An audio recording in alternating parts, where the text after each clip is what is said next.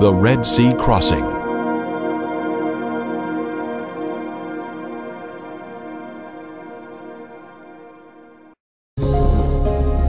Egypt is steeped with a grand history of ancient science, technology, and beautiful structures. But is there evidence of the children of Israel ever living there?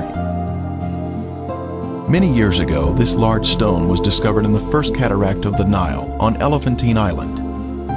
The inscription states, "For 7 years, there had been no satisfactory inundation of the Nile. As the result of this, grain of every kind was very scarce.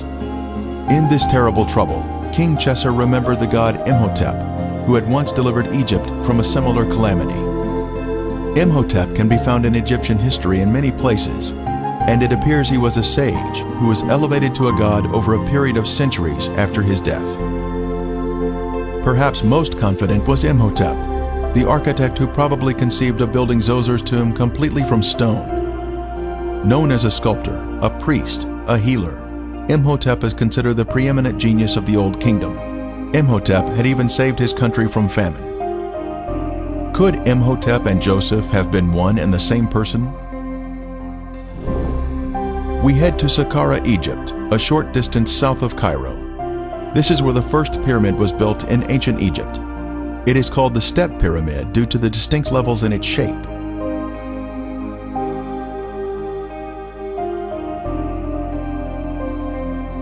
We can see where a smooth veneer layer of limestone had once been applied over the brick, creating a smooth surface, but most of it has since been removed.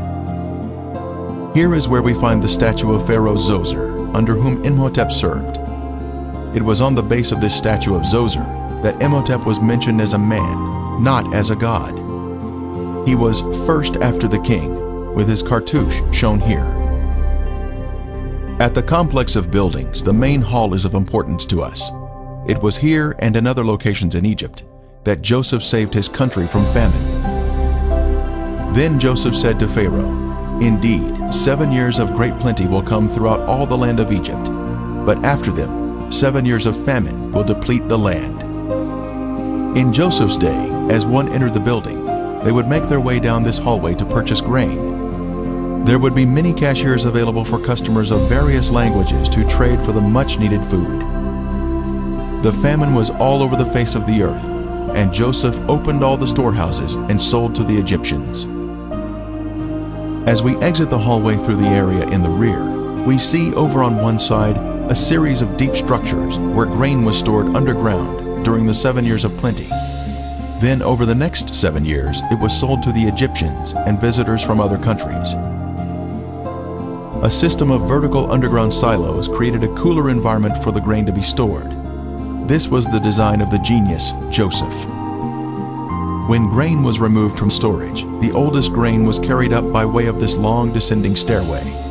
The grain silos were interconnected via tunnels, which allowed the grain to flow down to a central exit point located at the bottom of this stairway. A record of this event of removing the grain can be seen on hieroglyphics such as this at Thebes, showing the sacks of grain being carried up the stairs from the granaries.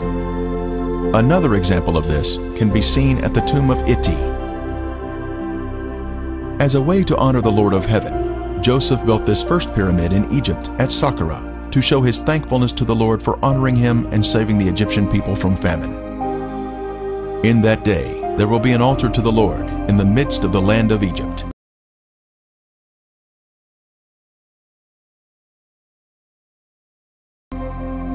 Centuries later, many other great pyramids were built in Egypt, following the lead of Joseph or Imhotep. 2.3 million large blocks of stone, weighing 2 to 3 tons each, were used in the largest pyramid, causing some to wonder how they could have been constructed using ancient technology. It has been a mystery for centuries. Ron Wyatt conducted a great deal of research on the subject to help shed light on this puzzle. He read the account of Herodotus, who wrote, "The stones intended for use in constructing the pyramids were lifted by means of a short wooden scaffold.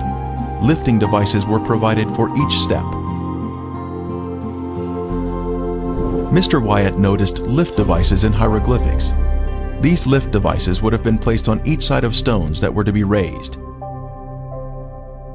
At Saqqara, we can see hieroglyphics of 3 lift machines next to a pyramid shape, linking the two together. Large wooden levers were found in King Tut's tomb that were used in the machines. A series of these levers were placed alongside the blocks to be raised and would operate in unison. A large stone was loaded onto the machine, then the levers on each side were pulled downward by ropes tied to turning winches, thus raising the stone block as needed. When the block was raised to the proper height, it was rolled onto the next level and then raised again. A series of lift machines would have been utilized. Mr. Wyatt demonstrated this type of lift machine to Mr. Nassif Hassan, head of the Egyptian Antiquities Organization of Cairo. The demonstration was filmed by Japanese Nippon Television and later aired in Japan. This lift machine appears to be a simple solution to the mystery of constructing the pyramids.